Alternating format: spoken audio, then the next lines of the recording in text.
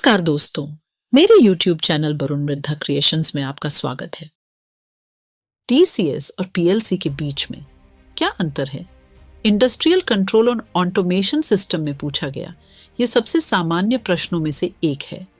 इस क्वेश्चन का एक स्पेसिफिक आंसर, जैसा कि इसके नाम से पता चलता है, ये DCS है, जो कि एक डिसेंट्रलाइज्ड कंट्रोल सिस्टम है, या दूसरे शब्दों में ये एक कंट्रोल मेथड है जिसमें हमारे पास कुछ इंडिपेंडेंट CPU होते हैं। प्रत्येक CPU प्रोसेस के अलग अलग हिस्सों को कंट्रोल करने का इंचार्ज होते हैं, ताकि यदि एक फेल हो तो दूसरा CPU बिना किसी रुकावट के अपना कार्य करते रहेंगे।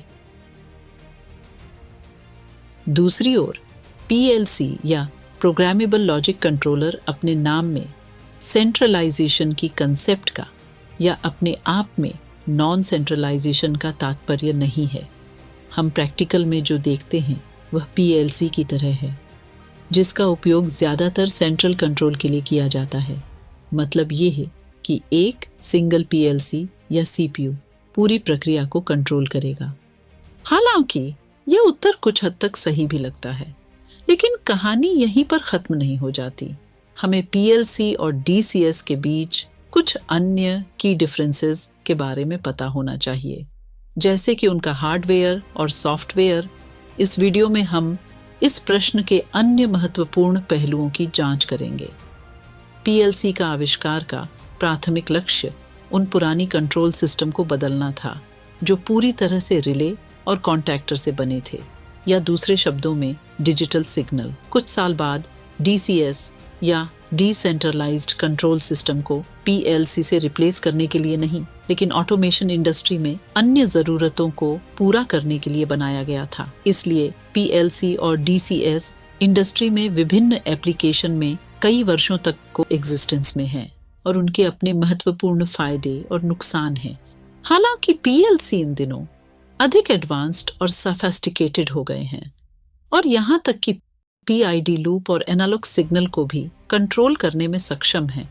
वे डिस्क्रीट प्रोसेस के ऑटोमेशन के लिए उपयोग किए जाने के लिए अधिक उपयुक्त हैं, जैसे ऑटोमोबाइल असेंबली लाइन, जिसमें बहुत सारे डिजिटल सिग्नल और कुछ एनालॉग सिग्नल होते हैं।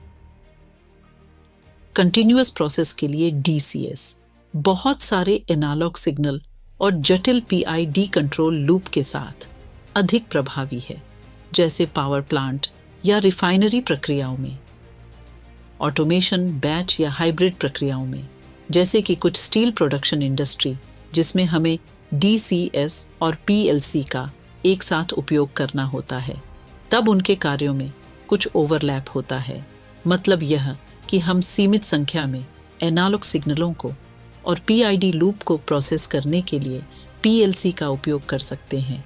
डिजिटल या डिस्क्रीट सिग्नल को प्रोसेस करने के अलावा उस पर कंट्रोल लूपों की संख्या के रूप में विचार करना पड़ेगा, और PLC को सौंपे गए एनालॉग सिग्नल बढ़ जाते हैं तो प्रक्रिया की कंट्रोल रिलायबिलिटी नाटकीय रूप से घट जाती है, क्योंकि यदि PLC फेल हो जाता है तो उसे सौंपे गए सभी लूप कंट्रोल से बाहर हो जाएंगे और फलस्वरूप प्रोसेस फेल हो जाती है।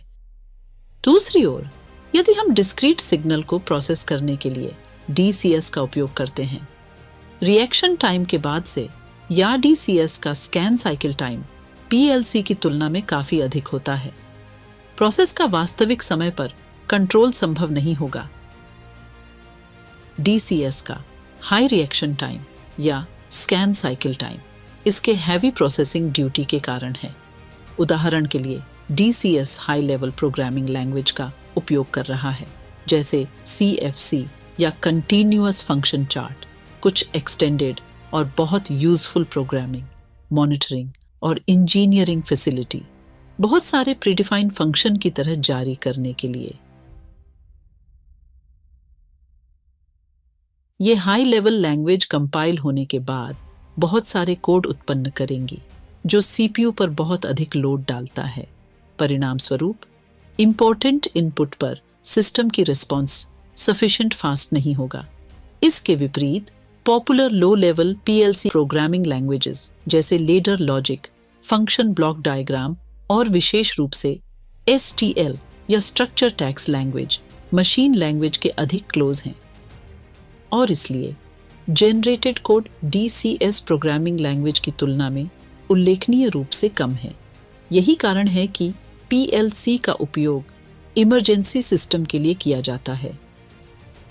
तो CFC जैसी लैंग्वेज का लाभ उठाने के लिए DCS का हार्डवेयर PLC सिस्टम से अधिक पावरफुल होना चाहिए।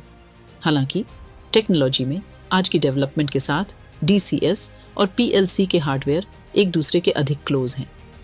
कभी कभी केवल इसके इलेक्ट्रिकल कंट्रोल पैनल को देखकर यह तय करना संभव नहीं होता कि कंट्रोल सिस्टम DCS है या PLC। यहाँ तक कि कुछ मामलों में भी PLC control system same CPU का उपयोग करती है, जैसा कि आमतौर पर DCS में उपयोग किया जाता है।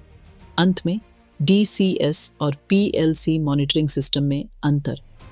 DCS में एक इंटीग्रेटेड सॉफ्टवेयर पैकेज है जिसमें मॉनिटरिंग फैसिलिटी का एक पूरा सेट मौजूद है। प्रोग्रामिंग एनवायरनमेंट में कंट्रोल वर्क को कॉल करके उनके संबंधित ग्राफिकल ऑब्जेक्ट स्वचालित रूप से उनके एड्रेस के साथ HMI पेज में जोड़ दिए जाएंगे। इस तरह हम कुछ कीमती समय बचाएंगे। हालांकि PLC सिस्टम में आमतौर पर प्रोग्रामिंग और मॉनिटरिंग एनवायरनमेंट के बीच कोई संबंध नहीं होता है और उन्हें क्रिएट और डेवलप के लिए अपना समय चाहिए। और लास्ट पॉइंट के रूप में decentralised control system PLC control system की तुलना में अधिक विश्वसनीय हैं, सिर्फ डिसेंट्रलाइज्ड होने के लिए नहीं, लेकिन आमतौर पर विभिन्न स्टेज पर अनावश्यक होने के कारण होने से भी। CPU और पावर सप्लाई से सर्वरों की नेटवर्क स्विच और नेटवर्क केबल तक। DCS और PLC दोनों का उपयोग करने में बहुत सारे लाभ हैं। चूंकि DCS रिस्पॉन्स टाइम PLC से अधिक है, प्रोसेस के लिए अधिक एनालॉग सिग्नल और PID लूप के साथ DCS का उपयोग करना बेहतर है, जबकि PLC सिस्टम अन्य अधिक प्रोसेस के लिए बेहतर हैं, जहां ज़्यादा डिस्क्रीटे और कम एनालॉग सिग्नल हो।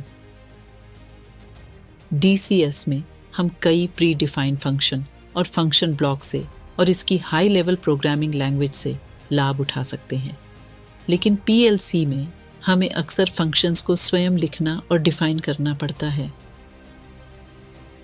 हमने DCS के लाभों के बारे में भी बात की। DCS के नेटवर्क आर्किटेक्चर को लागू करना बहुत आसान है, अपने इंटीग्रेटेड सॉफ्टवेयर और हार्डवेयर पैकेज का उपयोग करके।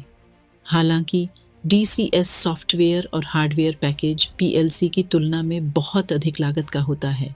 इस वीडियो के लिए बस इतना ही। हमें आशा है कि आपने कुछ नया सीखा होगा, और अगर आपको ये वीडियो पसंद आया, कृपया इसे अपने दोस्तों और सहकर्मियों के साथ शेयर करें। वीडियो पूरा देखने के लिए आपका धन्यवाद।